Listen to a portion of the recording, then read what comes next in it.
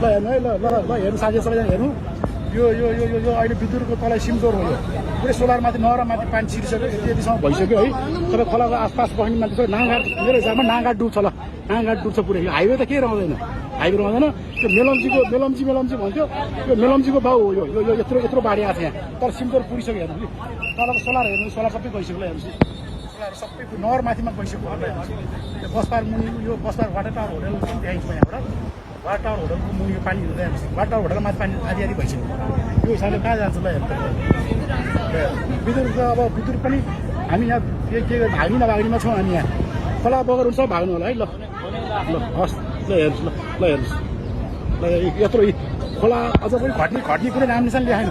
खोलाले घट्ने झन् बढिरहेको छ, घटना बढिरहेको छ। यहाँ पुलिसहरू यहाँ बस्न पनि देखाएन, विद्युतको माथि बस्न देखाएन ल है। ल